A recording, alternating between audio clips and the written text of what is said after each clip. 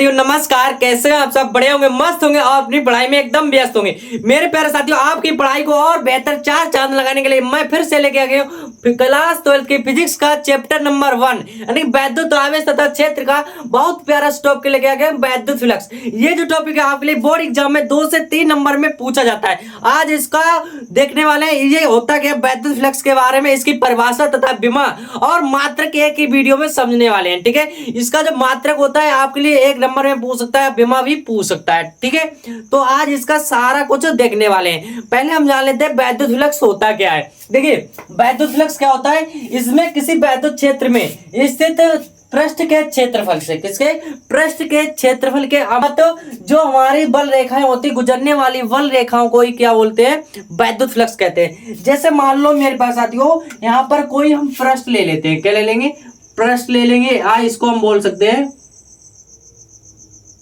काल्पनिक पृष्ठ। ठीक है, अब देखिए यह काल्पनिक पृष्ठ या इसको बोलेंगे कि क्षेत्रफल। क्या है ये हमारा, इसको जो नाम दे देंगे ये क्या हो जाएगा, हमारा क्षेत्रफल हो जाएगा। ठीक है, ये क्या है हमारा क्षेत्रफल। अब क्षेत्रफल की बात हो रही मेरे पास साथियों, इसमें क्या है जो बल रेखाएं गुजरेंगी, क्या होंगी, बल रेखाएं गुजरेंगी। तो यहां से देखिए मेरे प्यारे भैया, यहां से जो हमारी क्या होगी बल रेखाएं जाएगी, यहां से गुजारेंगे हम इसको इस प्रकार से। यहां से क्या जा रही है हमारी, ये वैद्युत बल रेखाएं जा रही हैं। ठीक है, तो वैद्युत बल रेखाएं जा रही हैं यहां से,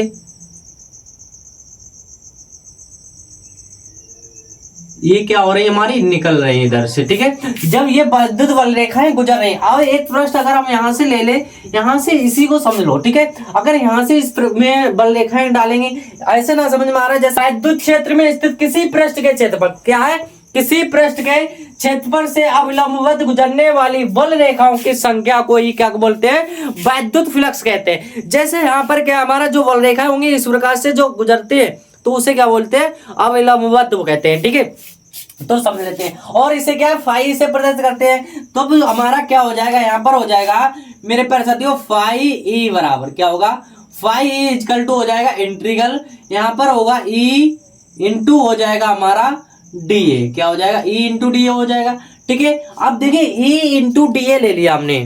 ठीक है, समझ में आ रहा है। अब इसको जब ई इंटू डी क्यों लिया हमने, ई यहाँ पर लेके आए और यहाँ पर क्या ले लेते हैं, ए ले लेते हैं क्षेत्रफल। ठीक है, तो इसका क्या है, संपूर्ण क्षेत्रफल। समाकलन का मतलब होता है संपूर्ण क्षेत्रफल निकालना। ठीक है, तो संपूर्ण क्षेत्रफल निकालेंगे तो हमारा क्या हो जाएगा, यहाँ पर फाई ई बराबर हो जाएगा इंटीग्रल में ई, अब आपने ये हो जाएगा हमारा E D A cos theta, क्या होगा, E D A cos theta हो जाएगा।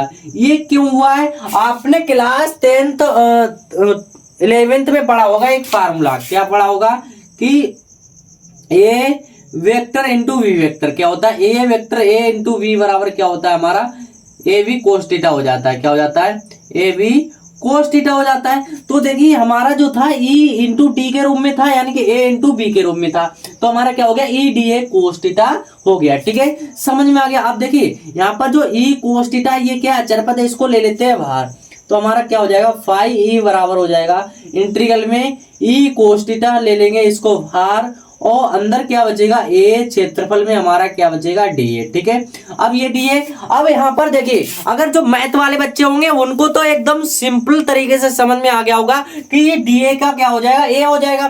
मगर जो जिसके पास मैथ नहीं, बायो वाले बच्चे हैं, वो सोच रहे हैं यहाँ पर क्या होगा। ठीक है, तो डोंट वेरी मेरे प्यारे बच्चों, आपके लिए मैं बता दूं, चाहे मैथ से हो चाहे बायोलॉजी से हो, आपके लिए सिंपल तरीके से इसको भी समझ में आएगा। ठीक है, घबराना नहीं है। अगर आपने पता है इसका जो समाकलन का फार्मूला होता है, जैसे मान लो यहाँ पर dx दे रखा है, dx होगा तो हमारा क्या हो जाता है, x हो जाता है। अगर यहाँ पर हमारा dr दे रखा है तो dr का क्या हो जाएगा, हमारा यहाँ पर r हो जाएगा। ठीक है, अगर मान लो यहाँ पर तुम्हारा दे रखा है dt दे रखा है तो dt का क्या हो जाएगा, आपका t हो जाएगा। अब यहाँ पर da दे रखा है तो क्या हो जाएगा, ये a हो जाएगा। ठीक है, समझ में आ रहा है। अब यहाँ देखिए क्या हो जाएगा, फाई ई बराबर हो जाएगा हमारा ई कोस थीटा, ई कोस थीटा, और इनटू में क्या आ जाएगा हमारा, ए आ जाएगा। ठीक है, अगर इसको सही से लिखेंगे तो लिख देंगे हम इसको सही से, क्या हो जाएगा, फाई ई बराबर हो जाएगा हमारा ई ए कोस थीटा, क्या हो जाएगा, ई ए कोस थीटा।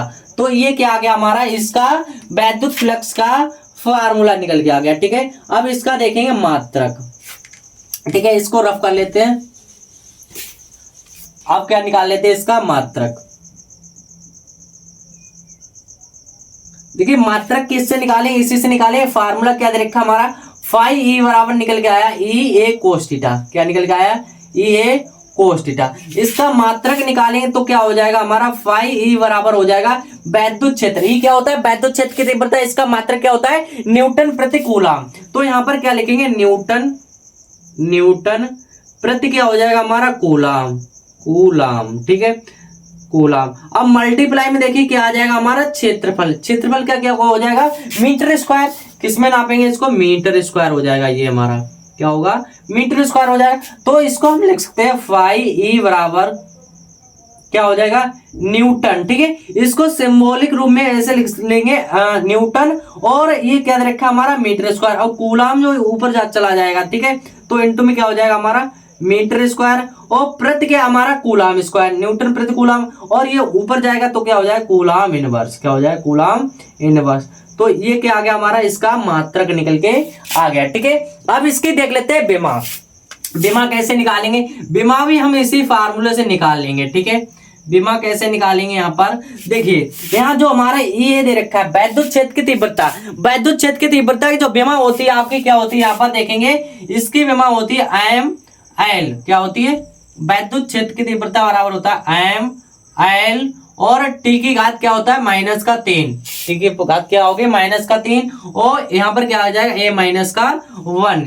ये किसकी होती है, वैद्युत क्षेत्र की तीव्रता की विमा होती है। कैसे होती है, यहाँ पर समझ लीजिए। ठीक है, आपको पता है ई बराबर फार्मूला क्या होता है, F/Q0 होता है, F/Q0। बल्कि विमा क्या होती है हमारी, एम एल T-2 होती है। और क्यू क्या हमारा आवेश, क्यू बराबर आपने फार्मूला पढ़ा होगा क्या होता है, आई टी होता है। आई क्या हमारी धाराओं को किस में नापते हैं, एम्पियर में नापते हैं। तो हमारा यहाँ पर क्या हो जाएगा, ए हो जाएगा। टी क्या समय, टी समय, तो क्या हो जाएगा यहाँ पर टी हो जाएगा। तो यहाँ क्या आ जाएगा, ए टी। क्या आ जाएगा, ए टी आ जाएगा। ठीक है, अगर इसको ऊपर लेके जाएंगे, ए टी को ऊपर लेके जाएंगे तो क्या हो जाएगा हमारा, एम एल तो एल ही रहेगा। टी की घात -3, ये टी प्लस का ऊपर जाएगा माइनस का हो जाएगा, तो टी की घात -3, ए माइनस का क्या हो जाएगा 1। तो ये किसके आगे, वैद्युत क्षेत्र की तीव्रता की विमा आ गई। ठीक है, अब देखिए, अब किसकी देखनी, क्षेत्रफल। क्षेत्रफल क्या होता है हमारा, क्षेत्रफल को किसमें नापेंगे, मीटर में नापेंगे, यानी दूरी। तो लंबाई क्या हो जाएगा हमारा, एल स्क्वायर हो जाएगा। ठीक है, क्या हो जाएगा, एल स्क्वायर हो जाएगा। ठीक है, अब देखिए जो एल स्क्वायर हो जाएगा, इसकी मल्टीप्लाई करवाएंगे तो क्या हो जाएगा हमारा, यहाँ हो जाएगा एम एल टी की घात क्या हो जाएगी, +2 और 1 कितना हो जाएगा, 3। तो सॉरी, एल की पावर क्या हो जाएगी 3, और टी की घात -3, ए की घात -1। तो ये क्या आ गई हमारी, इसकी विमा निकल के आ गई। ठीक है, तो देखिए है ना सिंपल, बहुत ज्यादा सिंपल था मेरे पास।